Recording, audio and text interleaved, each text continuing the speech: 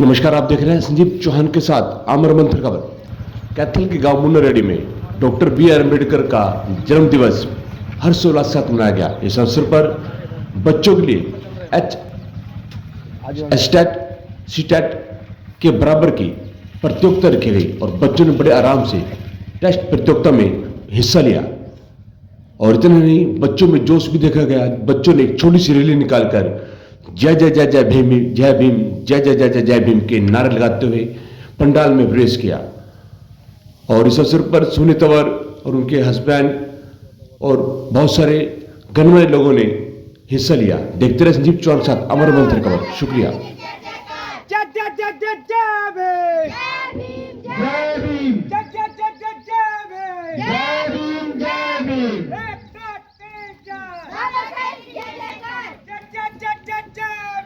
जय भीम, जय Bhim. Doctor B R Ambedkar के चित्र समक्ष मोमबत्ती जगाकर और उन पर फूलमाला, फूलों की वर्षा कर फूल चढ़ाकर उनको नमन किया गया।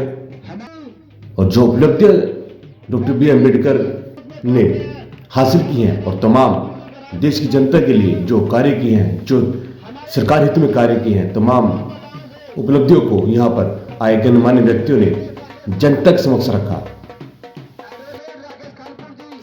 और इसी अवसर पर इस कार्यक्रम में आई एडवोकेट सोनी तंवर ने डॉक्टर बी आर अम्बेडकर के समक्ष फूल चढ़ाए, नतमस्तक हुई और कार्यक्रम में आए लोगों में और बच्चों में एक नया जोश भरने जैसा कार्य किया।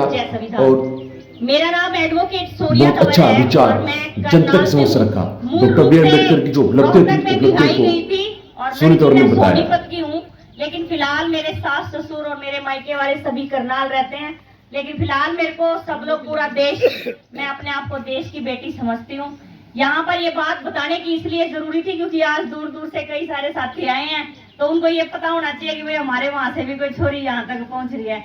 हमारी एक बहन रोहतक से आई है, सरपंच साहब सोनीपत से आए हैं, तो मुझे बहुत गर्व महसूस हुआ कि भाई हमारे लोग घरों से बाहर निकलने लगे हैं। पिछली बार जब मैं यहाँ पर आई थी, बहुत सारे साथियों से मिलना हुआ था, बहुत सारे नए साथियों से मिलना हुआ था।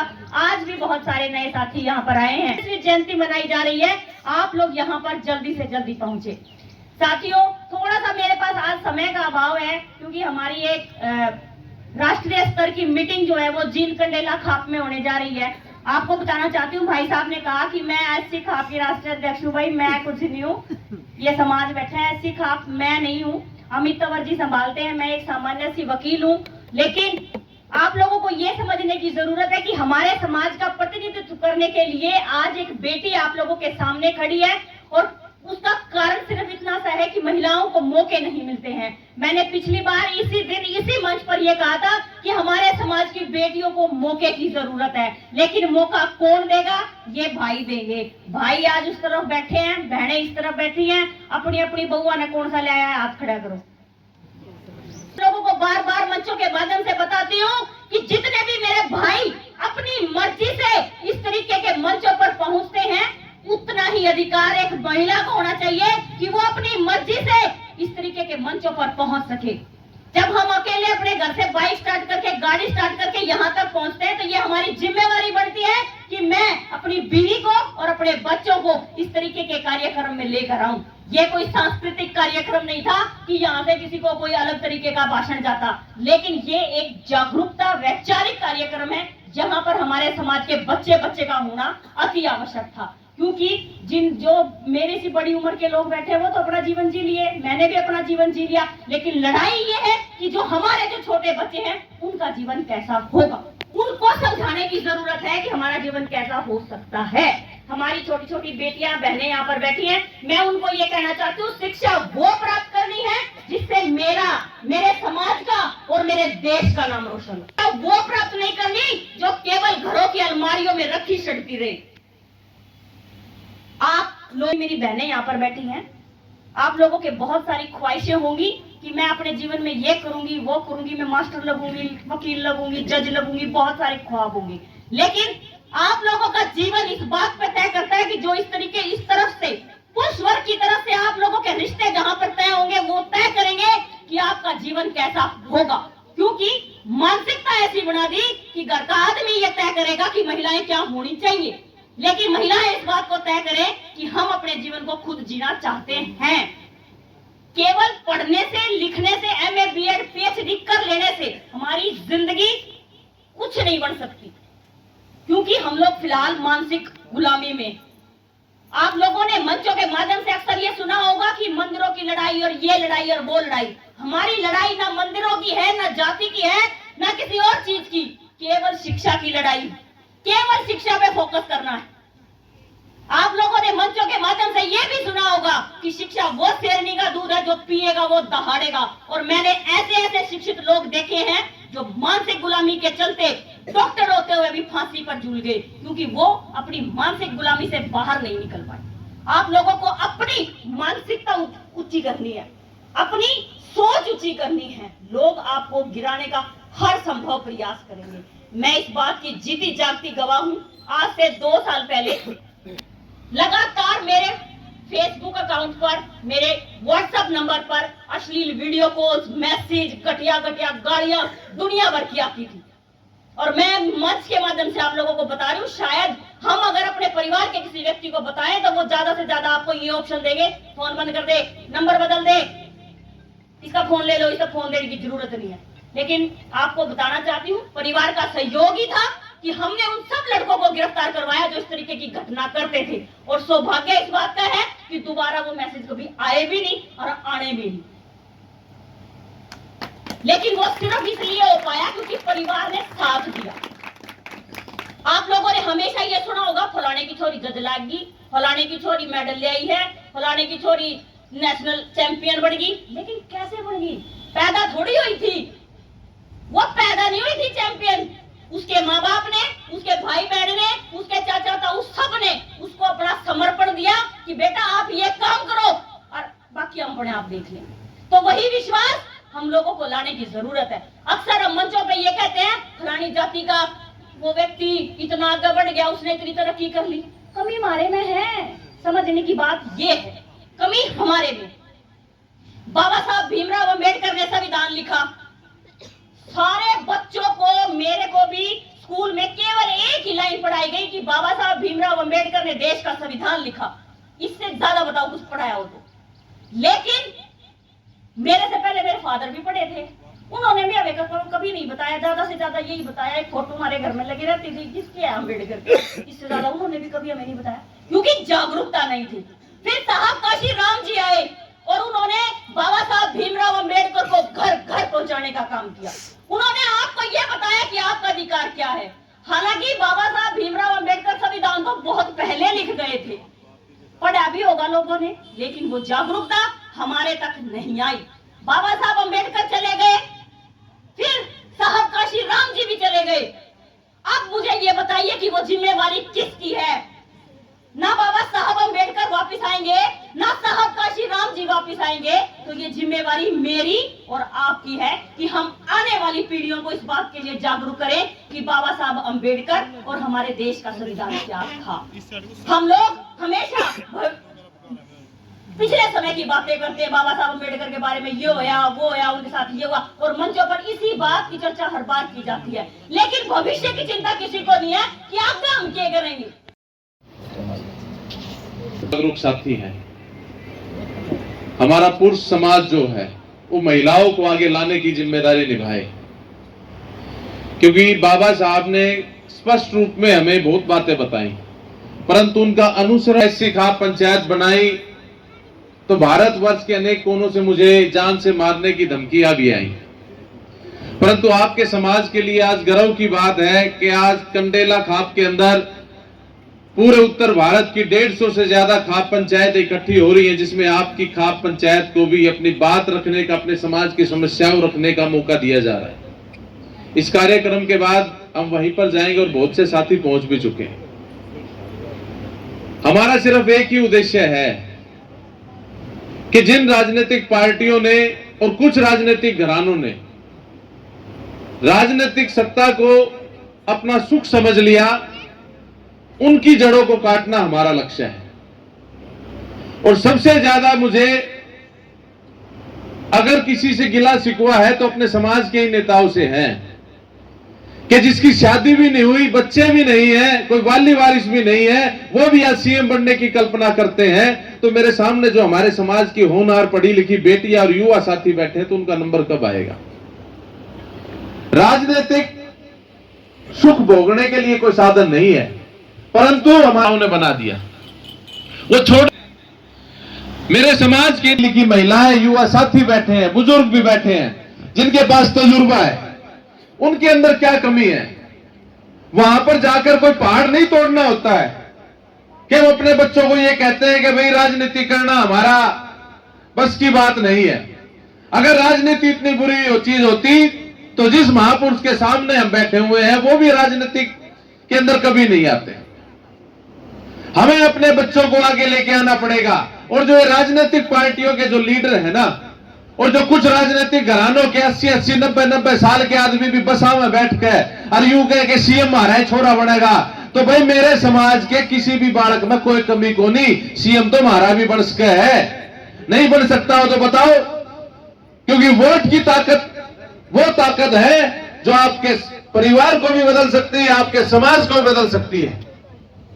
और जो 17 सीटें हैं ना आरक्षित करी, बाबा साहब इसके अधिकार में नहीं थे, हक में नहीं थे, परंतु उस समय मजबूरी थी, बाबा साहब के पास इतनी ताकत नहीं थी, समाज साथ में नहीं था, तो उनको वो बात माननी पड़ी। परंतु बाबा साहब ने जो एक व्यक्ति को 2 वोट के अधिकार की बात करी तो कांग्रेस पार्टी ने उसका खंडन किया और महात्मा गांधी अनशन के ऊपर बैठ गया। मर जाता तो महाराज महापुरुष के ऊपर कलंक लग जाता। तो बात माननी पड़ी उन्होंने। परंतु आज तो पढ़े लिखे हैं, ये किताबें जो आज धरती पे रखी हुई है ना, इनकी जगह मंच पे होनी चाहिए।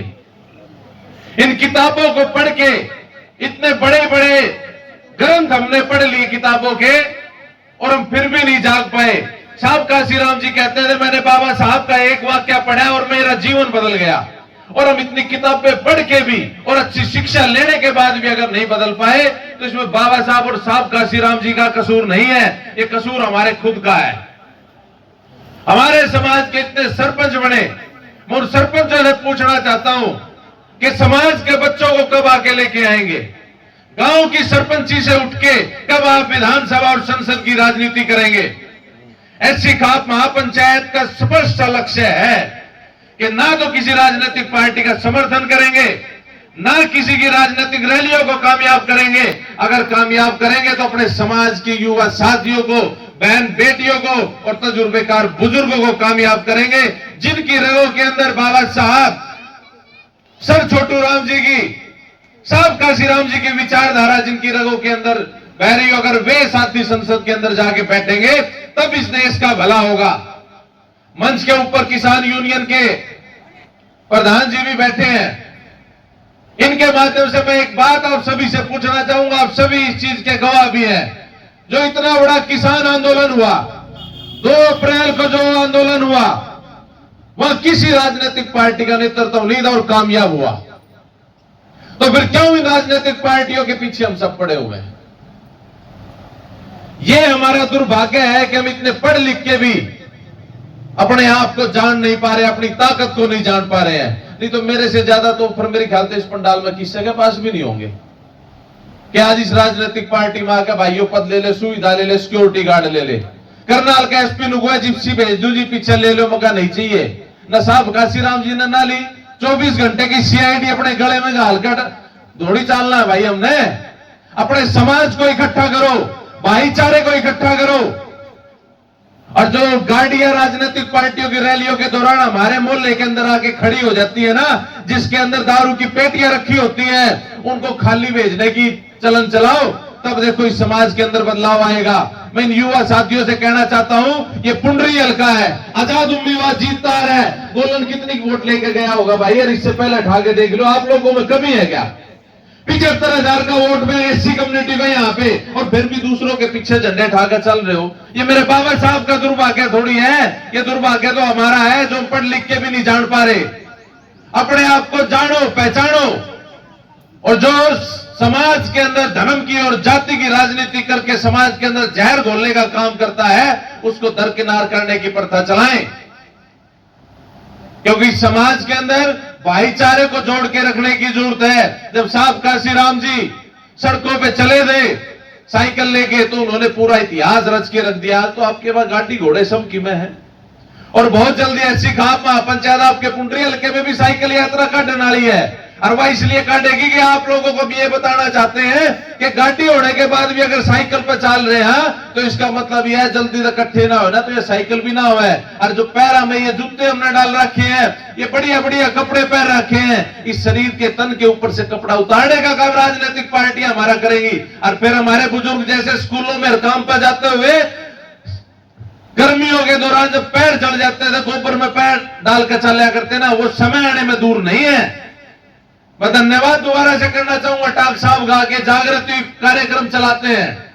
इन जागृति कार्यक्रमों में पूर्ण रूप से भूमिका निभाइए। और जो एक हमारी बहन रोहतक से आई थी ना मनरेगा में, उस बहन से अनुरोध करना चाहूंगा कि मंच पर बैठिए बहन, अपना ना हाथ ठाना मंच के ऊपर से सीखो, हाथ जोड़ना जनता के सामने मंच के माध्यम से सीखो। ऐसी खाप महापंचायत अपने समाज के अंदर नेतापन पैदा करने की फैक्ट्री साबित होना चाहती है। और उसके इस मंच के माध्यम से मैं टाक साहब से अपना समर्थन भी चाहता हूं। वैसे तो इनका हमेशा रहता है, पर चाहता हूं समर्थन कि हमारा समाज आगे बढ़े। और इस पुंडरी हल्के के अंदर जो आजाद उम्मीदवार जीतने की मुहिम चलती है, अब की बार का एमएलए हमारे समाज का है। जब देखा है कितनी जागृति आई। साहब काशीराम जी ने जब चुनाव लड़ा था सांसद का, तो वो इसलिए लड़े थे, वो देखना चाहते थे कि मेरी मेहनत से कितने लोग जागृत हुए। और वो हारे, फिर लड़े, फिर जीते। और आज यही चीज हम देखना चाहते हैं कि बाबा साहब की जयंती खाली मीठे चावल या हलवा खाने के लिए हम लोग इकट्ठे होते हैं, या वाकई में जागृति आ रही है? तो अपने समाज को इकट्ठा करो। दूसरे वाले क्या कर रहे हैं उसकी तरफ ये देखो कि अच्छाई क्या है, उसके ऊपर कटास करने की जरूरत नहीं है। प्रत्येक समाज अपने भाईचारे को इकट्ठे करने की कोशिश करता है। सराहनीय विषय है जो अपनी जन कल्याण समिति है।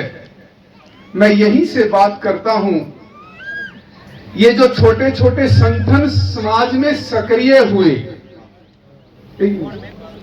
जो छोटे छोटे संगठन समाज में सक्रिय हुए, इन छोटे छोटे संगठनों से समाज मजबूत होता चला गया।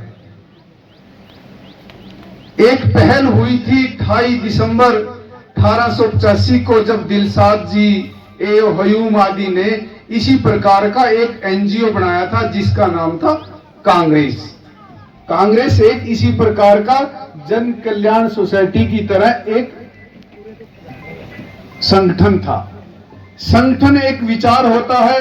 कांग्रेस पार्टी ने एक विचार कि देश के लोगों को आजादी की आवश्यकता है, तो देश आजाद हुआ। इसी प्रकार जब ये छोटी सी सोसाइटी समाज की इन बेटियों के अंदर विचार भरेगी कि डॉक्टर अंबेडकर जी का ये विजन था, ये दृष्टिकोण था, ये उनकी आकांक्षा थी कि मेरा समाज ऐसा हो, मेरे समाज के अंदर समृद्धि हो।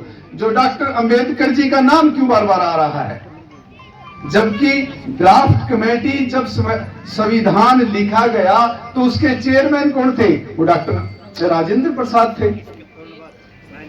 लेकिन नाम, क्योंकि ये प्रतिभा धनी के धनी थे, ये बुद्धिमान थे। सिग्नेचरी अथॉरिटी कौन थे? डॉक्टर राजेंद्र प्रसाद, जिन्होंने संविधान को पास किया, ओके, साइन कर दिए।